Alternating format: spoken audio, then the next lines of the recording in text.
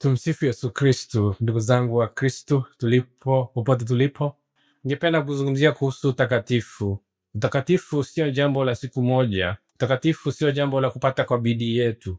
Utakatifu ni neema ambayo inatolewa kwa Mwenyezi Mungu na sisi tunashirikiana na hiyo neema.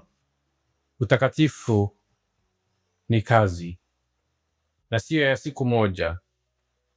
Ndio maana Mtakatifu Paulo anaandika, anasema sio kama nimefika au nimekamilika, la, ila nakaza mwendo ili nipate kulishika lile ambalo limeshikwa na Kristo. Huo ndio utakatifu. Huo ndio mtazamo wa utakatifu.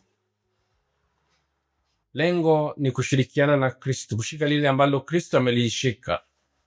Ndiposa siku ya leo Mtakatifu Petro katika waraka wake wa kwanza anasema kwamba mmeitwa kuwa watakatifu kama vile Mungu alivyo mtakatifu. Utakatifu wa Mwenyezi Mungu ni kushirikiana naye kila siku. Katika Injili ya leo tunasikia Mtakatifu Petro tena akisema kwamba tumeacha yote. Sisi ambao tumeacha yote tukakufuata, tutapata nini?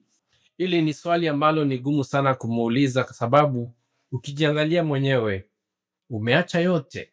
Nikijiangalia mimi mwenyewe sidhani nimeacha yote.